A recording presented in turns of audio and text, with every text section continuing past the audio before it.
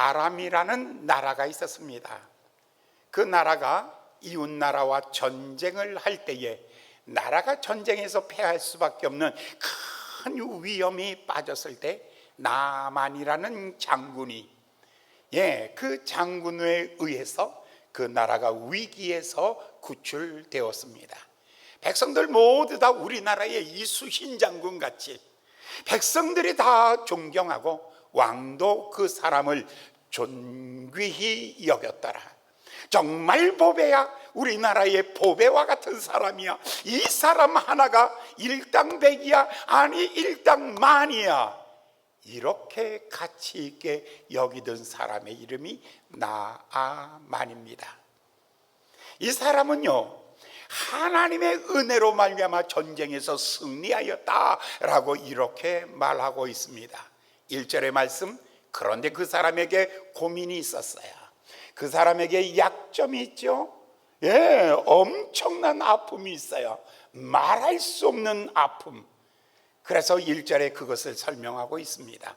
우리 다 같이 읽어보시겠습니다. 시작. 아람 왕의 군대 장관 나아만은 그 주인 앞에서 크고 존귀한 자니 이는 여호와께서 전에 저로 아람을 구원하게 하셨음이니라. 저는 큰 용사나 문둥병자였더라. 우리 마지막에 다시 한번 읽어볼까요? 저는 큰 자 악센트 엄청 줘야 돼요. 다시 그 부분만 읽습니다. 시작. 저는 하여간 듣는 귀가 안 열려가지고 아직도 못 들으신 분 있어. 다시. 저는 용사나 그런데 뭐라고요? 문둥병자였더라. 여러분, 레위기 법전에 보면 문둥병은요 굉장히 심각하게 다뤄요. 감기 정도, 코로나 정도가 아니에요. 이건 보통 심각하게 다루는 병이 아니에요.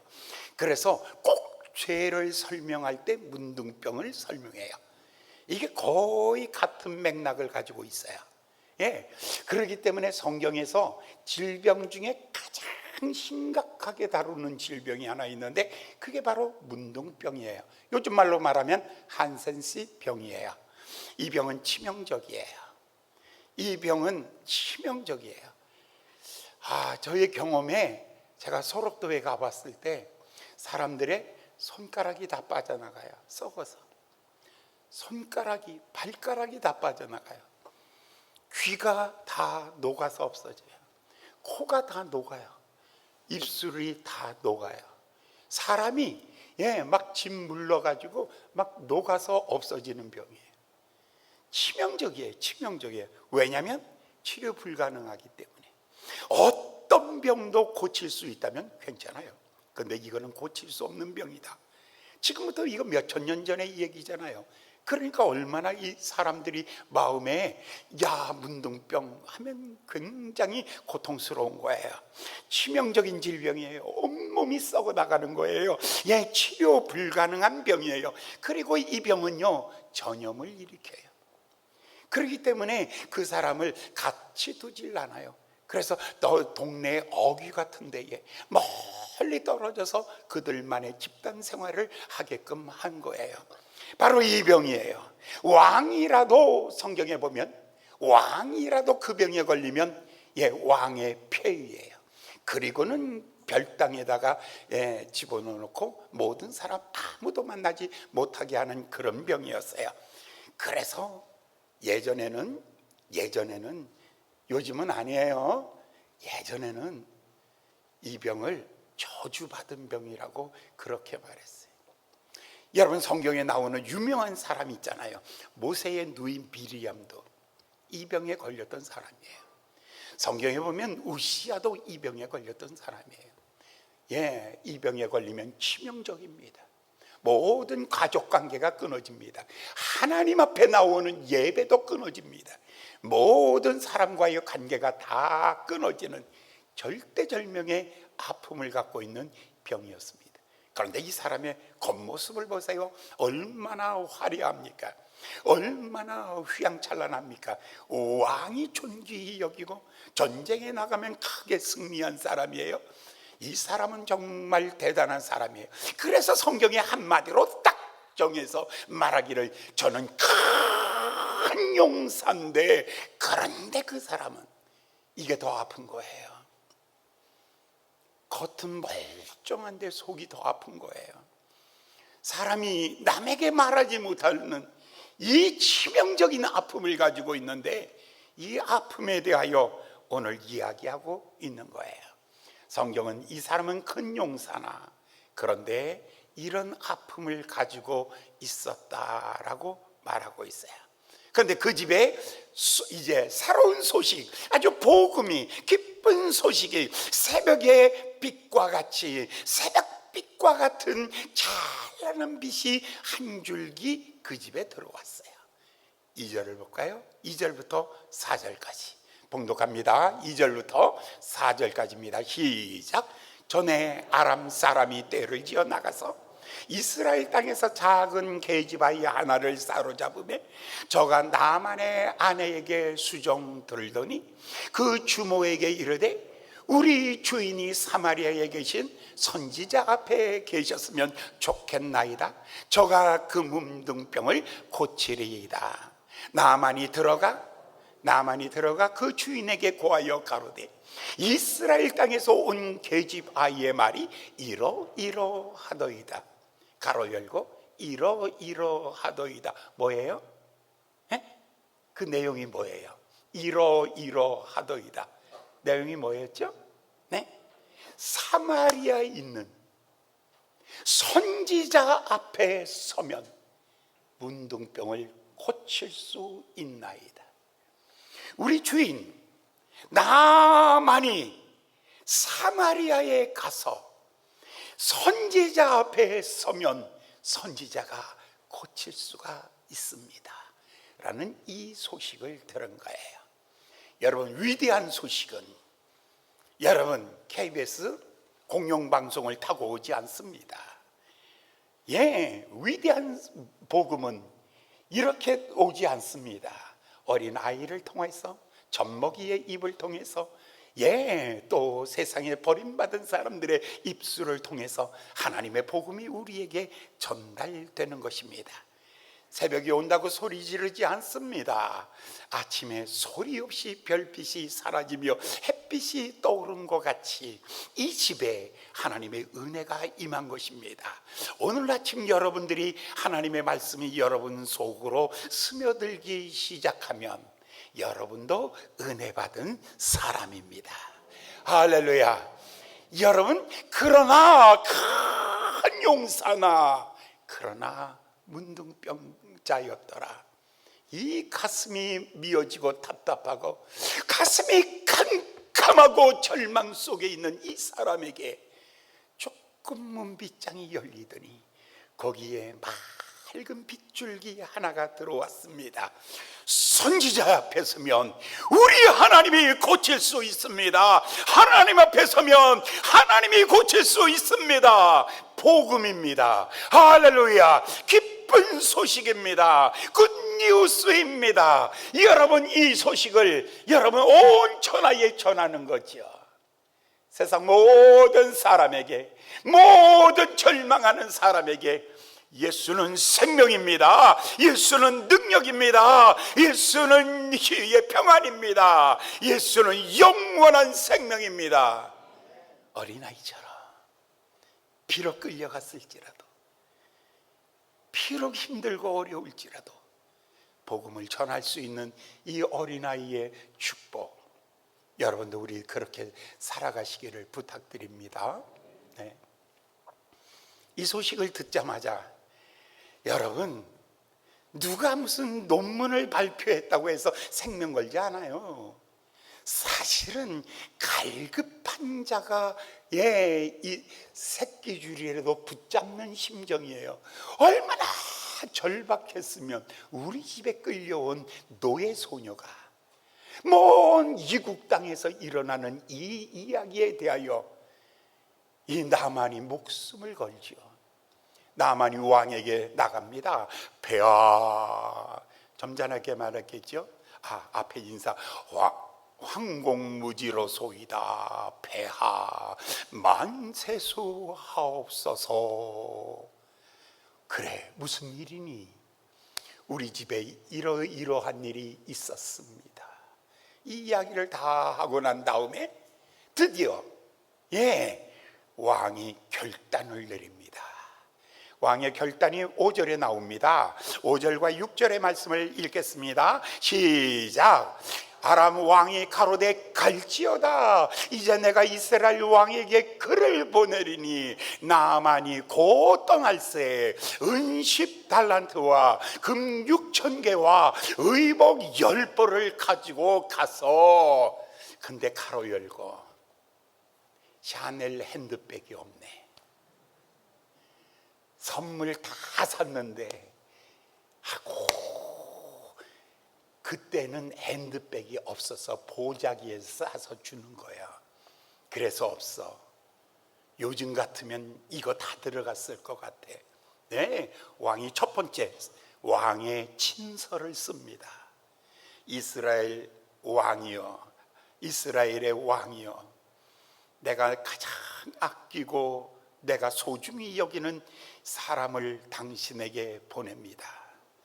이 사람을 반드시 고쳐주세요 하고 왕이 이렇게 편지를 간절하게 썼습니다. 그리고 왕이 선물도 줍니다. 은 10달란트, 금 6,000개. 놀라지도 않아?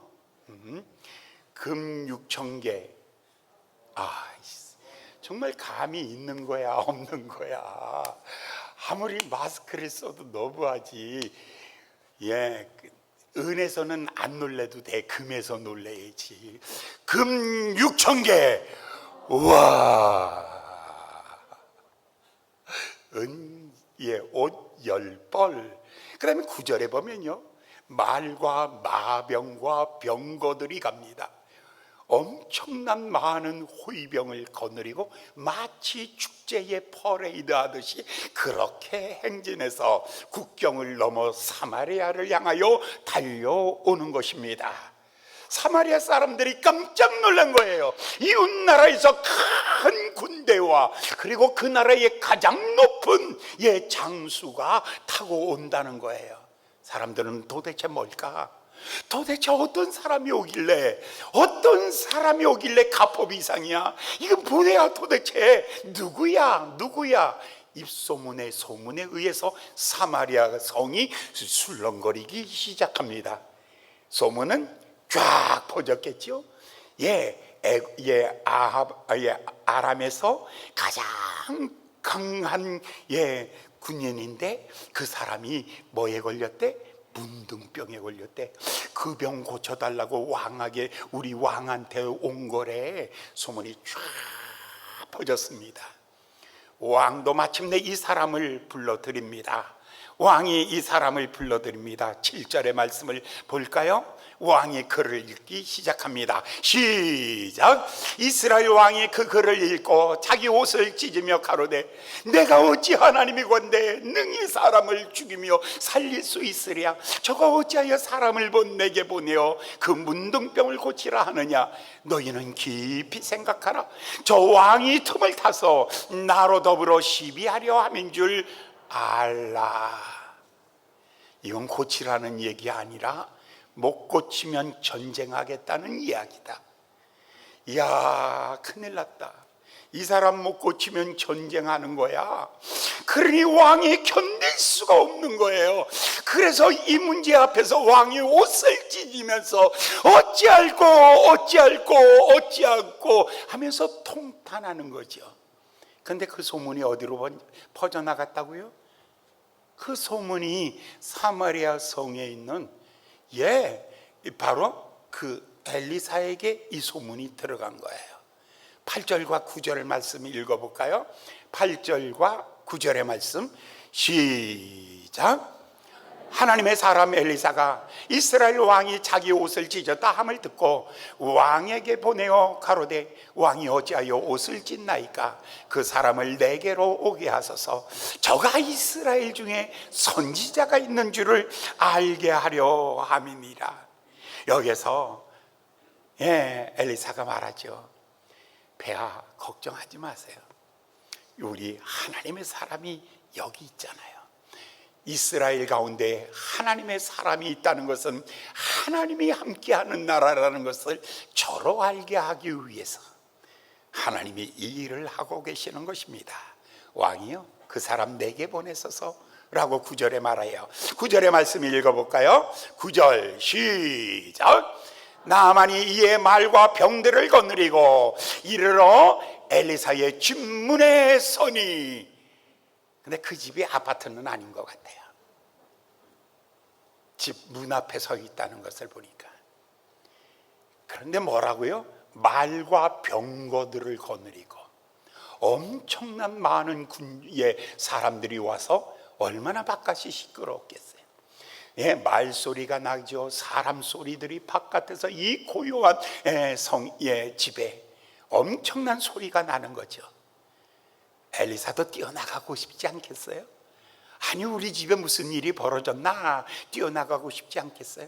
그런데 천만의 말씀 꼼짝 아니하고 방 안에 계십니다. 여러분 10절 보겠습니다. 10절 10절 봉독합니다. 시작. 엘리사가 사자를 저에게 보내어 가로되 너는 가서 요단강에 7번 몸을 7번 씻으라. 내 살이 여전히 깨끗하리라. 자기가 안 나가요. 누구를 내보내냐면 게하시라는 종을 내보내는 거예요. 종이 다 튀어나가는 거예요. 가서 이렇게 말해라. 가서 전해라. 내가 그 사람 만날 필요는 없다. 그 사람에게 전해라. 요단강 가서 7번 물에 담궈라 라고 이렇게 전해라 라고 이렇게 말합니다. 이 소리 듣자마자 대단히 화가 난 거예요. 11절에 분노하는 겁니다. 분노. 11절 다 같이 읽겠습니다. 시작. 나만이 노하여 물러가며 가로되 내 생각에는 저가 내게로 나와서서 그 하나님 여호와의 이름을 부르고 당처 위에 손을 흔들어 문둥병을 고칠까 하였노라. 이게 참 썩어도 준치라고. 이게 큰 소리는 다 칩니다. 엘리사에게 가서 노하면서 이렇게 말합니다. 내 생각에는 쥐가 맨발로 뛰어나와서 무릎을 꿇고 카카 여기까지 오셨나이까? 우리 집으로 누추하지만 우리 집으로 드시죠. 그러면 내가 들어갈까 말까 하다가 억지로 들어가는 것 척해서 들어가서 딱 앉으면 어디가 그렇게 아프셔서 오셨나이까? 라고 물으면 여기 어머 한번 볼까요? 하고 보면 어머 아프시겠다. 얼마나 고통스러웠을까 하면서 한참 얘기하고 그러면 어떻게 하면 좋겠죠? 라고 말하면 기도나 해봅시다. 그러면 내가 기도할 때 손을 붙잡고 안수하고 주여 믿습니다. 손으로 안 되면 발로 비벼가면서라도 주여 믿습니다. 안 되면 서서 손을 흔들고 그냥 온몸으로 하나님 앞에 강력하게 부르짖고 그렇게 해야 되는 거 아니야? 내가 왔는데. 여러분, 자, 그래서 갈까 말까, 그래서 집으로 돌아가려고 하고 있는 장면입니다. 오늘 여기까지만 먼저 얘기하고 여기서 뭐가 그렇게 문제가 되는가라는 거예요. 하나님 앞에 나올 때 여러분 시편 기자가 시편 1권이 1편부터 41편까지인데 시편 기자가 이야기를 해요. 다윗이 누가 복 있는 사람인가? 그게 1권의 주제예요. 누가 복 있는가? 복 있는 사람은 누구냐면 여호와께 피하는 자가 복이 있으며 누구라고요? 하나님께 나아가는 자가 복이 있으며 하나님께 주는 나의 피난처시요 나의 반석이시요 나의 피할 요새시요 나의 반석이시니 내가 주를 의지하여 주께 피하나이다. 할렐루야. 하나님께 피하는 것이 인생의 복입니다. 오늘 여러분의 인생 살면서 여러분 생애의 복 중에 첫 번째 복은 나도 하나님 앞에 나아올 수 있는 복을 받았다는 것입니다. 그런데 여러분 하나님 앞에 나올 때에 벗으셔야 됩니다. 이 사람이 가지고 있는 계급장은 띄워야 됩니다. 화려함은 벗으셔야 됩니다. 말에서는 내려오셔야 됩니다. 하나님 앞에 어떻게 해요? 간절한 마음으로 하나님이 누구를 찾는다고요? 상한 심령과 통회하는 마음을 찾는데 하나님 앞에 나아가는 마음을 가져야 되는데 하나님 앞에 나올 때에 사람에게 보이는 퍼레이드로 나오는 거죠. 우리는 종종 전도하면 이런 사람 만나요. 이제 우리 교인들이 전도해 오면 목사님 내가 이번에 전도했는데 거물이에요, 거물. 그러면 속으로 그러죠. 거물이 형인가?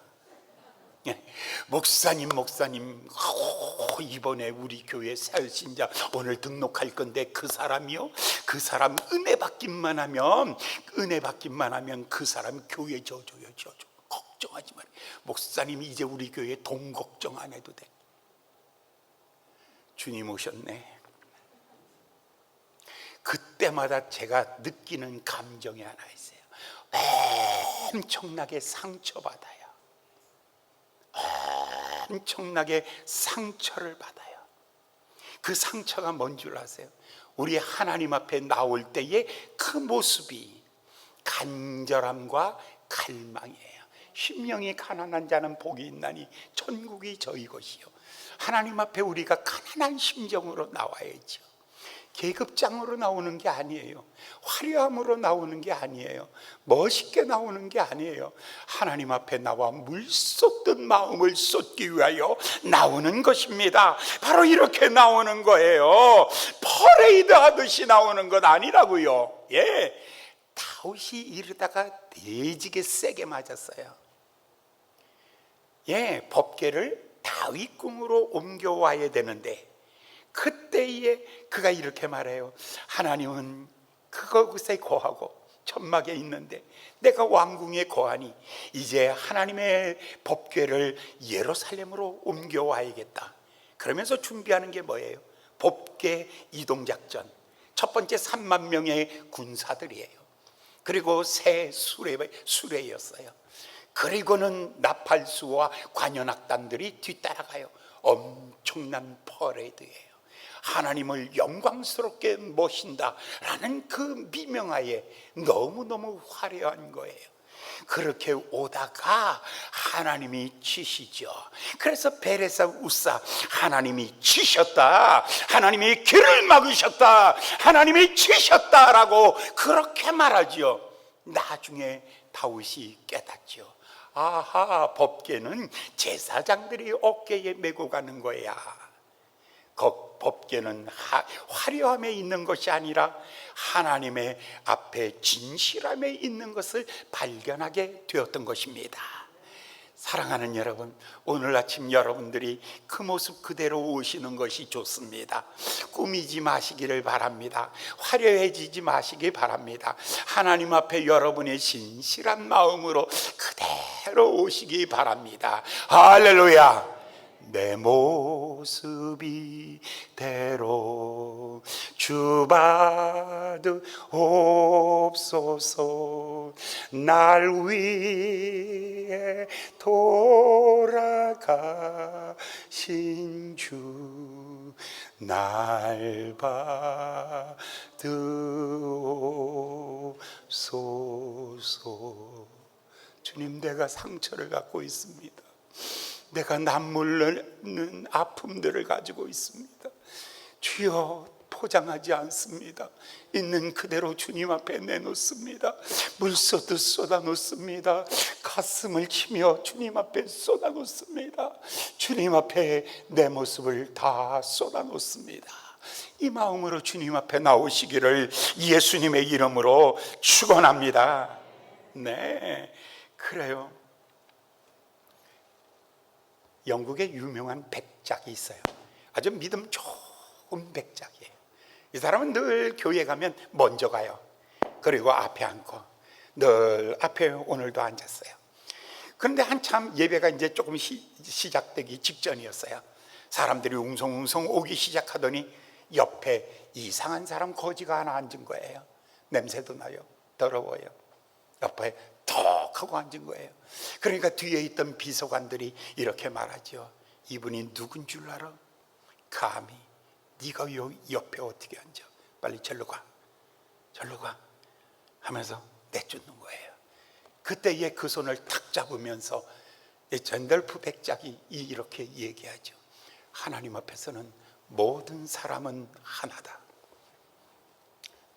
첫 번째, 하나님 앞에 나올 때 모든 사람은 하나다. 죄인으로 나오는 거다. 예배를 마치고 나갈 때에는 두 종류가 된다. 하나는 용서받은 의인으로 나가는 것이고, 하나는 아직 용서받지 못한 옛 모습으로 나가는 것이다. 여러분, 이 자리에 올 때에 모두가 다 어떤 모습으로 왔어요? 다 죄인의 모습으로 왔어요. 여러분들이 마음을 쏟아놓는다면 여러분이 이 자리를 떠날 때에는 보라, 내가 세상을 새롭게 하였느니라. 여러분이 새로워지며 충만해지며 은혜 충만하게 나갈 줄 믿습니다. 그러나 죄인으로 왔지만 자꾸만 자기를 드러내면 나갈 때 여전히 죄인으로 나갈 것입니다. 사랑하는 여러분, 오늘 이 사람의 첫 번째 잘못은 어떤 것이었어요? 예배는 퍼레이드가 아닙니다. 이 예배는 주님 앞에 마음을 쏟는 것입니다. 할렐루야. 그 모습입니다. 두 번째로는 9절에 있는 말씀을 볼까요? 예, 9절. 자, 나만이 이에 말들과 병거들을 거느리고 이르러 엘리사의 집 문에 서니 10절 엘리사가 사자를 저에게 보내어 가로되 너는 요단강에 몸을 7번 씻으라 내 살이 여전하여 깨끗하리라. 아니, 만나주지도 않는 거예요. 아니, 쳐다보지도 않는 거예요. 뭘 진맥이라도 하고 처방을 해야 되는데 얼굴도 못 보고 처방하기를 요단강에 가서 7번 물에 잠그라라고 말해요. 너무너무 자존심이 상했어요. 첫 번째는 퍼레이드하고 싶은 계급장의 욕망입니다. 두 번째로는 나를 알아달라는 사람에 대한 욕망입니다. 그렇죠? 예, 여기서 중요한 강조점 하나가 있어요. 메시지가 더 중요하다는 것. 메신저보다 메시지가 중요하다는 것. 세상은 안 그래요. 메시지 내용은 상관없어요. 사람들이 중요해요. 그런데 정반대이죠. 엘리사가 뛰어나와야 돼요. 환영해 줘야 돼요. 그리고 나를 모시고 방으로 들어가야 돼요. 그리고 환처를 자세히 살펴야 돼요. 그리고 하나님 앞에 부르짖어 기도해야 돼요. 안수하고 기도해야 돼요. 높이 손을 들고 할렐루야 하면서 기도해야 돼요. 이 정도 되면 이거 고칠 거야 라는 생각. 이거 전부 소설 쓰시네. 여러분, 교회 오시면서 소설 쓰지 마세요. 교회 오면 나를 다 환영해 줄 거야. 천만의 말씀. 내가 이 교회 가면 목사가 환영해 줄 거야. 목사가 나를 보면 그저 반가워서 맨발로 뛰어나올 거야. 기도해 주면 그냥 금식하면서 10일 그냥 막 부르짖어 기도할 거야. 이 모든 기대는 하지 마세요. 이 모든 기대는 하지 마세요. 정말 중요한 것은 뭐냐면 메시지가 중요해요. 요단강에 7번 몸을 씻으라 라는 겁니다. 엘리사의 모습 때문에, 사람의 모습 때문에 시험 들지 말고 그냥 돌아가지 마세요. 오늘 설교 들으러 왔잖아요. 설교 듣다 보니까 오늘 목사님이 좀 배가 고픈가 보다. 그렇지 않아도 되게 고파. 아유, 맥이 굉장히 많이 빠진 거 보니까 이제 늙었나 보다. 그것 때문에 시험 들지 마세요. 아유, 저 사람 머리는 왜 저렇게 코에 저 염색도 안 해주나? 사모는 도대체 뭐하고 자빠졌나? 뭐 별소리 다 할 수 있어요. 이런 것 때문에 시험 들지 마세요. 중요한 것은 오늘 하나님이 고치신다는 하나님의 음성을 듣는 거예요. 할렐루야. 하나님의 말씀이 더 중요한 거죠. 엘리사는 도구에 지나지 아니하고 엘리사를 사용하시는 하나님의 능력인 것입니다. 모세의 지팡이가 위대한 것이 아니라 모세의 지팡이는 단지 도구였고 그것을 쓰시는 분이 하나님이셨습니다. 물맷돌을 들었던 물맷돌이 능력 있는 것이 아니었습니다. 여러분, 다윗을 붙잡고 계신 하나님이 능력 있는 줄 믿습니다. 그러므로 사람 때문에 시험 들지 마세요. 설교자는 똑똑하면 안 돼요. 그러면 하나님의 지혜가 감추어져요. 설교자가 강하면 하나님의 강함이 가려워져요. 설교자가 능력이 있으면 하나님의 능력이 가려워지는 거예요. 나는 낮을수록 좋은 거예요. 예, 그러니까 목사는 어떤 사람이 되어야 되는가? 목사는 꼭 이 사람이 되어야 돼요. 약해야지 하나님의 강하심이 드러납니다. 무능해야만이 하나님의 능력이 나타납니다. 무지해야만이 하나님의 지혜가 나타납니다. 연약해야만이 하나님의 강함이 나타나는 것입니다. 내가 연약할수록 하나님의 살아계심이 나타나는 거예요. 할렐루야. 사람 너무 기대하지 마세요. 제 친구 목사 중에서 아주 신학교도 희한하게 온 친구가 하나 있어요. 평생에 기차 처음 봤대. 신학교 온 날 세상에 20몇 살에 왔는데 그날 처음 기차 보내면 촌놈 중에 왕촌놈이야. 그런데 지리산에서 기도하는 가운데 하나님이 신학교 가라 그래서 명령받고 왔대네. 그래가지고 난 신학교 왔습니다 그랬대. 그러니까 학교 총장이 만나가지고 시험 보셨습니까? 아니요. 시험이 뭔데요? 등록하셨습니까? 아니요. 그게 뭔데요? 아무것도. 그런데 왜 왔어요? 하나님이 여기 가서 공부하라 그래서 왔어요.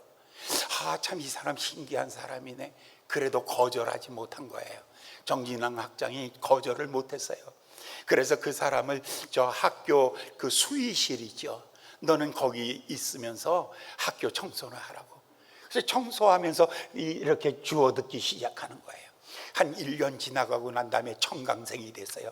2년, 3년, 4년 지나가고 난 다음에 남들이 졸업하는데 그냥 교육원 졸업을 하게 되었어요. 학위증이 아니라 그냥 졸업장 받고 나온 거예요. 그런 저기 울릉도에 갔어요. 그런데 거기서 정말 시골에서 목회를 너무너무 잘하는 거예요. 울릉도에서 제일 큰 교회를 졌어요.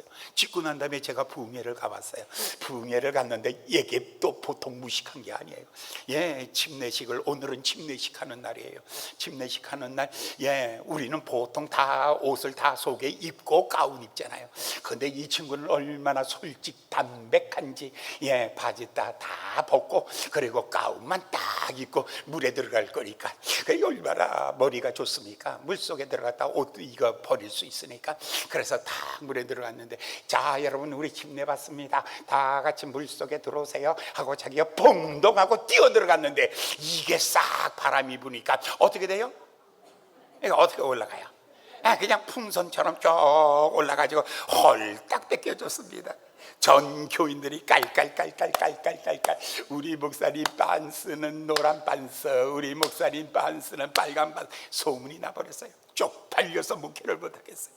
이제는 다 끝났구나. 나는 이제 목회 다 끝났구나 라고 생각하는데 하나님이 그를 들어 쓰시는데 그 교회에서 얼마나 교회가 부흥됐는지, 그리고 나중에 문경으로 왔는데 그곳에서 얼마나 또 신실한지. 근데 다른 동기들은 다 이제 끝났는데 그 동기는 아직도 문경에서 목회를 잘하고 있습니다. 다른 사람 다 끝났는데 그 사람 하나님은 누구를 쓰시냐면 사람을 쓰시되 외모를 보지 아니하고 쓰시는 하나님.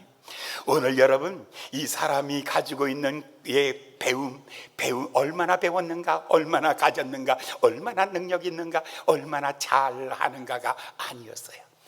하나님 옆에 신실된 하나님 나 써주세요 라는 것으로 평생 살아온 사람이에요. 사랑하는 여러분, 오늘 우리가 사역자들을 바라볼 때 이 마음을 가져야 돼요. 약할 때 하나님의 강하심이 나타나는 것입니다. 세 번째로 이 사람이 그 다음에 한번 11절을 볼까요? 11절, 화가 대단히 났습니다. 11절 우리 다 같이 읽겠어요. 시작.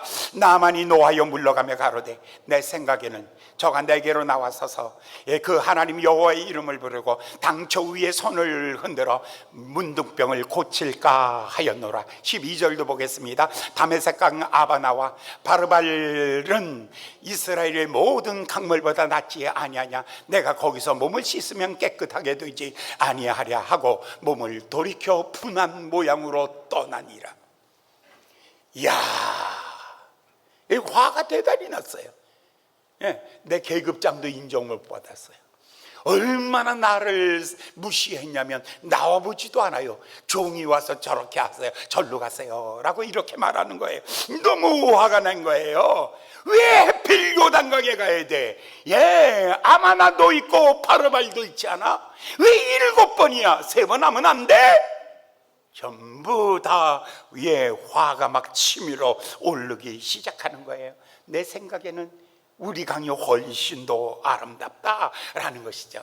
여기서 왜 그랬을까? 왜 그랬을까? 왜 그랬을까? 왜 그랬을까? 왜 만나지도 아니하고 말씀을 주시는데 요단강에 7번이라고 그럴까? 너의 동네에 가서, 니네 동네 강에 가서 씻으라고 말하지 아니했을까? 여러분, 왜 그랬을까요? 하나님은 한 가지 보고 싶어요. 한 가지 보고 싶은 게 있어요. 바로 순종을 보고 싶은 거예요.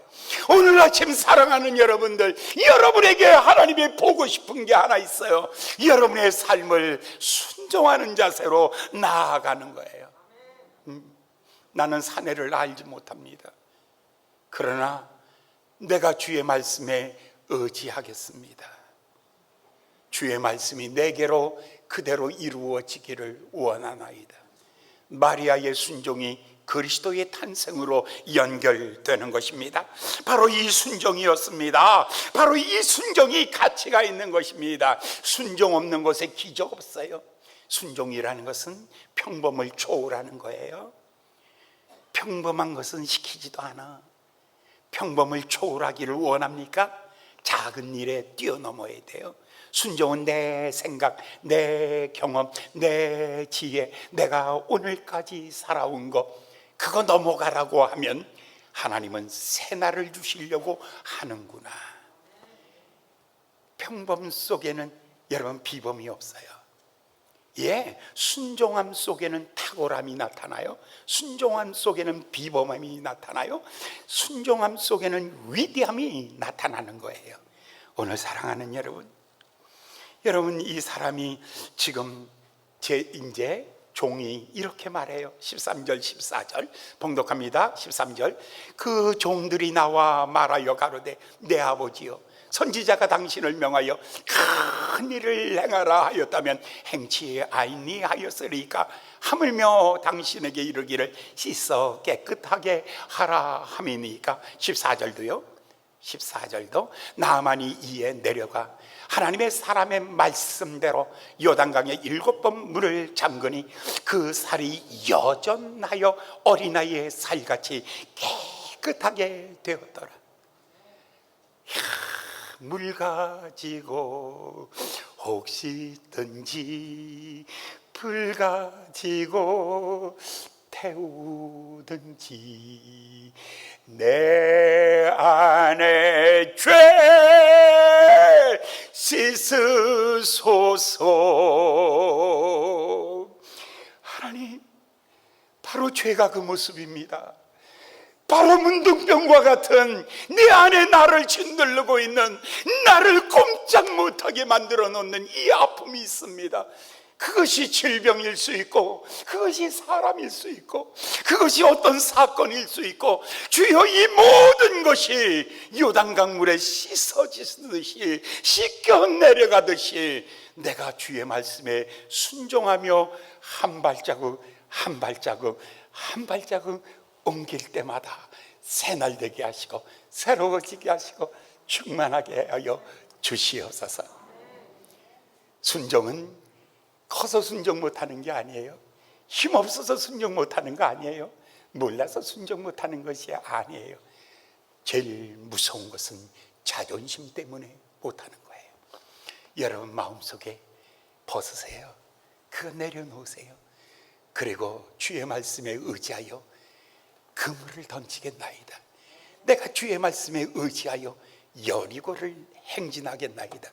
내가 주의 말씀에 의지하여 요단강에 뛰어들어가겠나이다. 사랑하는 여러분, 이제 액션, 움직이셔야 돼요. 이제 움직이셔야 돼요. 이제 여러분들이 큐 하면 탁, 지금은 우리 스탠바이 준비, 땅 하면 뛸 준비가 되셔야 돼요. 하나님, 오늘도 나는 간절한 마음으로 주의 음성을 사모합니다. 주께서 내게 명령하시면 일어나 걷겠나이다. 홍해를 밟으며 광야길을 걸으며 주여 내 인생을 주의 말씀에 의지하여 걷겠나이다. 주여 이제 저를 명하시옵소서. 사랑하는 아들아, 내 순종을 통하여 내 능력을 부어주리라. 할렐루야. 오늘 아침 그 아름다운 은혜가 있는 귀한 여러분 되시기를 예수님의 이름으로 축원합니다. 기도하겠습니다. 자비로우신 귀하신 아버지 하나님, 나만이 가지고 있던 그 모든 것들을 내려놓기 시작합니다. 가장 자기를 아프게 한 이 문제를 해결하기 위해서, 하나님 앞에 순종하기 위해서 거추장스러웠던 것, 무거웠던 것들을 다 내려놓습니다.